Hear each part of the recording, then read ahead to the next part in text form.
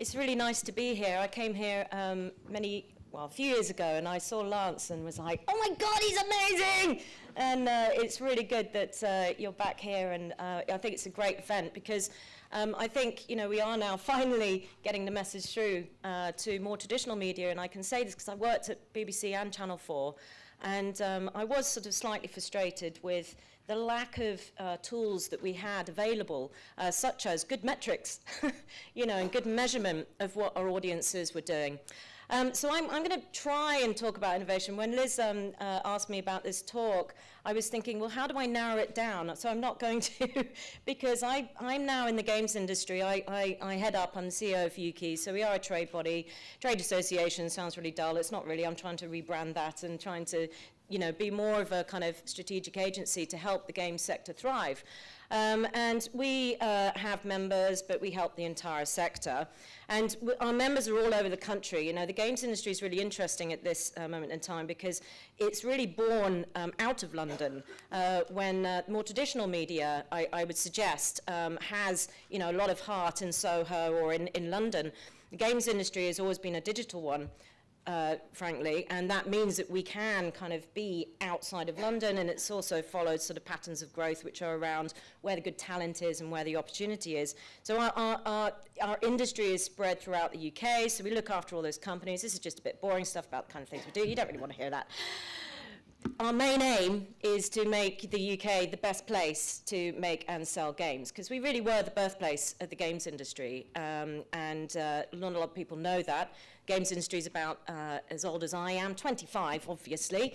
No, about 41. I mean, I was the first generation that played Pong, so we are really young industry. So in terms of innovation, I think we've sort of been natural innovators because we're so young. We've been looking at those opportunities, and we've always had to be quite adaptable to change. And again, because we have been quite digital, we are able to do that. So I'm just going to sort of give you a very, very brief kind of overview of the industry at the moment, the state of play, because again, when I was at BBC and Channel 4, games were always seen as the sort of add-on, or indeed if they even considered games at BBC, outside of BBC Worldwide and outside of CBeebies.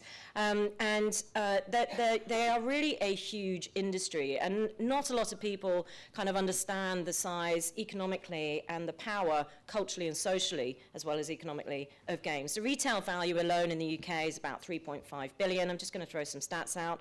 We just released a report last week with Nesta, which was trying to really map and understand the true size of the industry and who and where and what and why.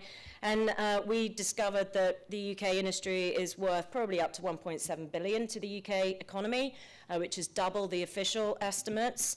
Worldwide, we're bigger in terms of revenue than music. We're faster growing than film. So that's just to kind of really just explain the state of play, because people outside of the games industry, and the games industry has traditionally been quite siloed because it hasn't needed anything else really. It's been dominated over the last kind of 20 years or so by sort of big budget games, and I'm just going to talk a little bit about how much that has changed and what the opportunity is. Globally, the revenue, by the way, is expected to surpass 100 billion by 2017. Did I say 2007 there? Going back, no, 2017, that's fine. There was some research. There's also quite a lot of misconception about the players and who plays games. And we sort of, on the one hand, are quite a sort of young, agile industry, and on the other hand, we sort of start to have these debates which seem like they were debates that society had or should have had about 20 or 30 years ago, which is about stereotypes. And, we never say in film or TV, I'm a film goer. Or I'm a TV watcher. We don't really say that yet in the games industry and outside particularly. They say, you're a gamer. And those stereotypes and definitions are really being thrown out the window now, which the people who do self-identify as gamers don't really like. But anyway, so Internet Advertising Bureau released some research, which was very, very good research. I urge you to go and look it up last week. And it said what we already know, but it was really nice to have this big sample size and research. That about 35.5 million players, regular players of games in the UK. And that's, you know, between 8 and 74, this research. That's quite a big chunk. And if you look at the demographics, it's 52% of them are women. And if you go online and read comments about that, they'll say, no, but you're not a proper gamer. You know, you play mobile games, you're a casual gamer.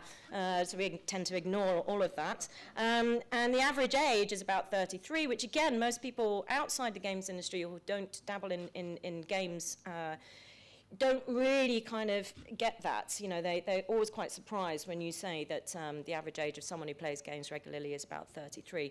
So there's a massive market opportunity here, and which is what we're trying to help companies take advantage of. And so when you look at innovation and how it's happening in the industry, I can see innovation happening everywhere, again, because we've had to be adaptable and agile as a sector. And as a young sector, you're kind of given that carte blanche. You're not entrenched in sort of traditional straitjackets, I guess. And there's innovation in terms of business models, in terms of access to finance and funding, because frankly, as we all know in creative industries, banks don't lend you money because they don't really kind of get where the assets are. There's also real huge innovation in terms of creativity and the kinds of experiences that are being produced that aren't just from the big budget games. And also there's a lot of innovation in terms of how we're talking to the audience. We've always been really good at having a relationship with our players, and we don't demonize them, we don't punish them, we don't kind of ignore them until the last minute. I'm not saying other people do, but we really have this innovative relationship with them. And also, of course, in terms of the technology and the hardware, there's a great deal of innovation. Some great examples that are coming out and that have been on the market. Littlebigplanet, a British-made game. This is from Littlebigplanet 3, which is coming out soon.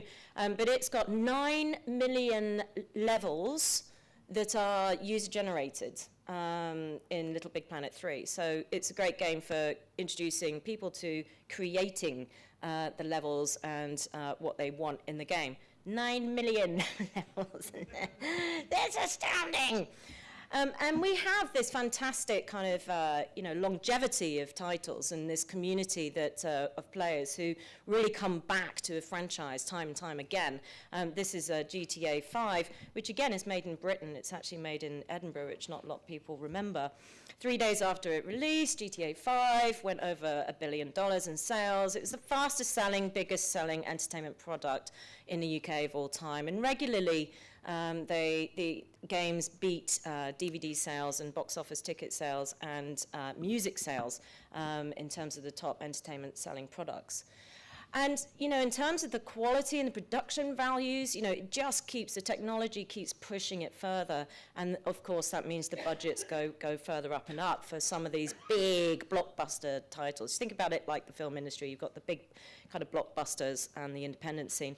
And this is from Destiny, which came out a couple of weeks ago.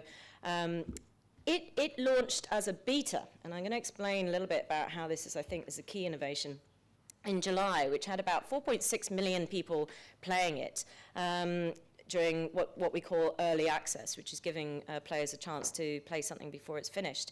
And in its first week, the game made more than $325 million. It is an astounding kind of feat, and people were really waiting for this because we're now in this industry getting the reputation the same you would with directors of films or HBO type labels where, oh my God, it's from the makers of Halo, so it must be good. So it was much anticipated, and that sort of brand, made it the biggest new IP launch of all time for a game. And that was really pushing the boundaries in terms of this filmic experience. But the other side, and the really kind of innovative side that I'm seeing is really interesting, and the rest of the industry does as well, is the way that we have, unlike, again, more sort of traditional media, and excuse me, I'm using the word traditional not to mean old-fashioned, I just mean more established media. We have all this whole world of different access points for players. We have the traditional consoles, we have the PCs and the Macs, we have tablets, we have smartphones, we have handheld consoles, We have all sorts of different ways and formats which we can deliver these experiences to our audiences. And that's opening up a huge opportunity, because that means that our gatekeepers are sort of fading away. And I think gatekeepers are really interesting in terms of who holds the key to getting your product out or getting heard. So we have fewer gatekeepers. It means that people can go and self-publish. They don't need that traditional route, which has dominated the industry. I might be teaching you all how to suck eggs here, but it's good to have the background. But they don't need the traditional publisher route, which got you to market because of that box that you had with the disc inside. So we have this, these are all British examples, we have this amazing ecosystem now of studios, developers who are largely independent developers, and they are putting their games out on PC predominantly and mobile, and then the console manufacturers and publishers are coming to them and saying, can you put this on PlayStation because it's really cool and you've got a massive audience. And this is an incredible opportunity right now, because it means that the tools as well are innovating as well. So Unity as an engine, the tools to make a game are much more accessible. We do a lot of work. We led the Next Gen Skills campaign to get coding back onto school curriculum, and I really enjoyed what Lance was saying about that difficulty between that mix of coding and storytelling or creativity, because that's where this industry sits at the nexus point. You know, we sit at the nexus point of innovation, technology, and creativity and content, and how you get programming and coding taught at schools, which means that they're thinking creatively and they're actually, you know, combining that with art or with design and with other sort of more creative, coding is creative, but you're teaching it in a way that's combining those skill sets is really important, because we need that skill set to be producing experiences like this. If you need any links to any of these games, I can send you. I'd recommend playing The Room and Monument Valley, because they're beautiful. But, you know, obviously, like any traditional media, they suddenly start to, when you've got this world of opportunity and everyone and anyone can make a game and get it out onto platforms like smartphones and Android devices, it's difficult to stand out for the crowd. So how do you do that? Well, we can see that people are sticking their neck out creatively and then getting bombarded with abuse in some quarters because the traditional gamers don't really like it and they don't call it a game. So this is a journey which many of you will have heard of. It came out a few years ago now, multiple award-winning, and it really was this, again, this filmic, beautiful experience by this independent company that was taken to PlayStation. And, you know, many, many people, it pushed the boundaries in terms of what our expectation was of a game. And many people kind of said, is it a game? I don't care. Of course it's a game. It uses code and it's got creativity and it's a game. And then it's like, is it art? I really don't care. You know, these debates are really interesting. And this is another example, Ho Hokum, which I'd recommend playing as well. And you sort of start off, you know, what the hell am I doing? But really innovating and pushing the boundaries in terms of the kinds of expression-based and expression-led experiences that we can create. And this is one way that people are standing out from the crowd. This was a British example called Thomas Was Alone by a fantastic developer called Mike Bithell, who's now working on his second game. This won a BAFTA and really sort of started to introduce something different to games that traditionally the big budget games might not have taken the risk on, which was really your character's an oblong and he's alone. And, you know, I can't remember if it was John or Lance who said, you know, these budgets or these games, when you look at the big budget business model, they are risky. And, you know, games like this have struggled in previous years, I think, to surface. But they are leading in terms of creating these innovative experiences. And another way that they're trying to stand out from the crowd and, you know, be heard is by, you know, tackling issues. I commissioned education at Channel 4, but we were given carte blanche to commission games because we know that games as systems are brilliant simulations of systems, and they're really good at helping you understand and experience the consequences of decisions that you make. And that's the real power of games. They're also really good at perseverance and teaching you about failure and resilience. And I think that's shaped a lot of the reason why the games industry is so good at being agile and adapting. This is Papers, Please, which was also a multiple award-winning game, which again, if you haven't played it, go play it. It's a PC game. and you literally play the part of some obscure Eastern European country customs person or border control person stamping, deciding who gets in, who doesn't. And the consequences of your decisions are played out in the country in horrible ways sometimes. But, you know, games are really trying to stand, you know, or be innovative in the way that they're they're using the mechanics to tackle issues that are usually quite difficult.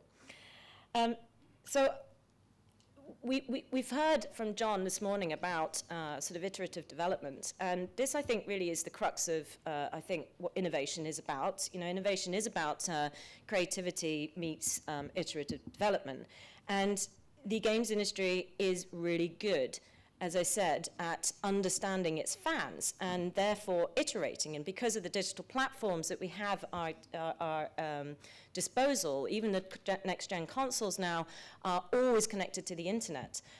We have this unique relationship return path with fans. Sorry, I had to took me ages to find a really good picture of fans. And because of the cloud and because of the way that we can use data, and data can be, you know, you can understand what your players are doing every single minute at each point in a game, where they're dropping off, where they're buying stuff, where they're not buying stuff, where they're getting bored. We have whole teams of community managers who do semantic analysis in the discussion forums, who listen to the players. And the cloud has allowed this data to really feed into the development of games. And even this is from Mediatonic, who's a lovely little company, not so little anymore, in Brighton and London. They have, you know, sort of really looked at this as, okay, so what are the tool sets then that developers and people in games industry need to deal with all this data? And what's happened is that, you know, we've now sort of moved to this model, which is not games as a product that is a product that's put out there and finished. It is an iterative, constantly iterating service. And you're now servicing your players and your community and your audience rather than just serving them a product. And that's reflected actually in the cultural test for the games industry tax breaks, which we won this year, whereby you can continue to claim for your game for tax credit if you pass the cultural test post-release, which was very interesting discussions with DCMS about that. And of course, that's led to, again, this innovation in business models. So, and we got into a little bit of a kind of a sticky treacle with this. This is the game that started all of this kind of sticky treacleness off a couple of years ago, which was Smurfs game. And we had suddenly all these headlines because games were suddenly able, they were a service, and they knew when players were doing things or when they might be buying things, and they were deploying all sorts of analytical techniques to understand that. They started to offer themselves free. And that was an interesting conversation when, you know, people talked about piracy. Well, you know, when something's free, there's no piracy. And the free-to-play model in the games industry is extremely emergent and very dominant, particularly on smartphones and tablets. And really, you know, there were quite a few negative headlines about kids who were just going buy, because they didn't know that it was real money, but also parents didn't put on the parental locks to stop them accessing their credit card. And there was even games made out of the free-to-play games business model. But we had an investigation last year in terms of by the Office of Fair Trading, which is now called the CMA, into these free-to-play kind of games, and are they misleading? And we've dealt with that, and we've gone past that. So we've been, you know, responding to, okay, you need a little bit more information up front. But this is a really interesting, innovative business model that even the government recognized should be protected. And it's all about microtransactions, and again, data feeding into when people are more likely to buy something or likely to want to move on to the next level or buy the next levels was really driving this innovation in this business model. And interestingly, this is how companies like Supercell with Clash of Clans is making absolute gazillions. And if you look at the stats and you look at the data, you realize actually that it's only a very, very small percentage of people who actually are buying stuff. You know, people will go through Candy Crush, and part of the challenge might be, I'm not going to pay to get that extra level to go past that point. But these are really interesting business models that have been pushed by the data and the innovation and the relationship with the audiences that are really looking at the people with deep pockets and these little piggies with money slots. I said earlier that Destiny was the biggest IP launch of all time. One of the reasons for that was because it was the makers of Halo, so they had a strong reputation, but it was also rumored to be one of the most expensive video games ever made. But it also released itself in beta, which is how we do things in the games industry. And that meant that people could access the game early. And one of the key places which, if you're interested in this idea, to look at is actually Steam, which is owned by Valve, which is basically behind a lot of innovation in the games industry. And their site is where you can get PC games or Mac games. And they've actually made this into a business model itself. And so there's some really interesting things going on here. So basically, and there's some terms and talks in the industry about kind of performative development where, basically people are paying for the privilege of being able to try the game way before it's finished. I mean, it's like, really, really early versions of the game that people are actually paying to access. And this has really driven some very interesting things. We all know about crowdfunding as a way of accessing finance, particularly in the creative industries. This was a really interesting example. So Frontier is one of our oldest game studio in the UK. They made Connectimals and Elite. And they brought back Elite through Kickstarter last year. And last year they raised over, $1 million. And it was a really successful campaign for them. And the backers got access to the alpha. So they basically, because Kickstarters for games is basically pre-orders, right? So you get the game early. Then what they did was, can't really see this very well, this is actually from yesterday, so they actually charged £50 to then access the beta game. And this is a pure digital game. This isn't in a boxed version at all. So 50 quid is usually about the average price of a box game. And what they've done is they've sort of inverted this business model on its head, where the really, really early versions and the paying for the privilege to access that early version and to get a lot of other kind of insight into the development is the most expensive part in some ways. And then it sort of reduces in price. And this still hasn't actually released yet, and yet there are millions of people who are paying this price. And crowdfunding and using the crowd and using the fans' passion has really driven innovation in our hardware as well. So we've got things like the Pebble watches, which were crowdfunded. We've got Oculus Rift, which was the first VR headset, which is going to transform game experiences, I would argue, which was crowdfunded, and other innovations. But that means that the other innovators in the industry are following suit. So if we look at I'll just show you a quick. As I'm talking, a quick demo of, this is Sony's Morpheus. Now, none of these virtual reality headsets have actually made it onto market yet, and are expected very soon. But this is something, I actually tried this out a couple of weeks ago, where and for someone who hates game controllers, this was amazing for me. And you're essentially controlling this experience, which is street luge, through your head, just by tilting your head. And there's lots of skeptics about virtual reality, and there's lots of fans like me who cannot wait to just be able to control with my head. And that opens up all sorts of possibilities, I think, for really, really fascinating experiences, but also much more accessible experiences. And the way that we're seeing innovation sort of bleed out into other areas of the media is interesting. We see these people with deep pockets who are people who are paying for a shitload, frankly, for in-app purchasing. We're seeing them turn away from traditional media, and one of the most innovative companies, but not in some cases, Cinema released tonight, by the way, of a documentary called Football Manager and Alternative Reality, which is about Football Manager, which is a game which any football fan, if you play games and like football, you might know of it. This is actually having a Cinema release documentary about it. But it really is Twitch TV. Now, Twitch was bought by Amazon this year, which was an extremely interesting move, in the same way that Oculus Rift, by the way, was bought by Facebook this year. Now, Twitch TV has opened up this kind of event TV potential, or event broadcasting, turning games into a spectacle, so that you don't have to just play, you can just watch other people play. Twitch TV, these are from last year, they haven't updated this, but they have astounding figures and metrics, which when you tell BBC or Channel 4 about, they sort of go like that and then sort of get very skeptical about it. But remember, we're digital. We know exactly who's watching, when they're watching, and why they're watching.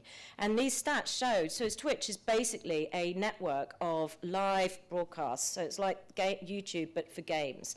And we have all our games YouTubers, which are doing phenomenally well as well. But these stats show that, 68% of those who are watching people play games on Twitch, or just do games content on Twitch Live, have decreased their TV watching and their time spent doing that. And this is really, I think, where we're at a tipping point in terms of the games industry. This is esports. This is basically big crowd events, stadium events that happen all over the world, but people haven't really been conscious of this unless you're in the games industry. Even people within the games industry don't realize how big this has been for some time. And this is where people will gather to watch teams of players play games. And people kind of go, I don't understand this, but this is what Twitch has done, has opened up this entire world to a much bigger audience. And now big brands and content producers getting very interested in this move. Dota 2, again, a game made by Valve, is one of the big games that's played competitively.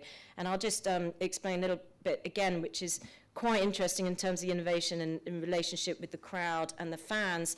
The prize fund for the most recent Dota 2 championship tournament in July was crowdfunded by selling in-game items, but also selling a compendium. And that basically created a prize pool that was bigger than most professional mainstream sports prize pools. So creativity and iterative development, to me, is innovation. I think the games industry is extremely interesting to watch, and it's an extremely interesting time for us all as media creators. And we have to, I think, as the message earlier on in the day was put quite clearly, realize that the audience and our audience is not just an audience, they are part of the process.